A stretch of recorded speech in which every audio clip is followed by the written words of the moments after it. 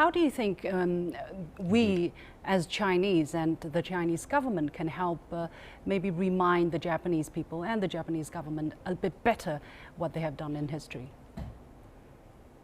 Indeed. I think it's an important question because I think it's a responsibility for all of us to foster a more productive conversation.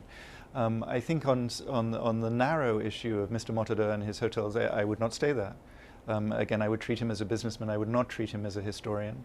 And I think the more oxygen you give to people like him, as he points out, no publicity is bad publicity. He can thrive on this. So I simply think that ignoring this man is the best way to go as a historian, because he's not a serious one.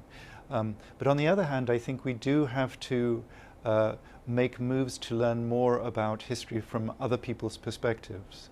One of the things I always say as a historian is that the joy of studying the past is you're always surprised. It forces you to move away from your own perspective and try to understand things from another perspective, from the perspective of someone a long time ago, from the perspective of somebody in a different country.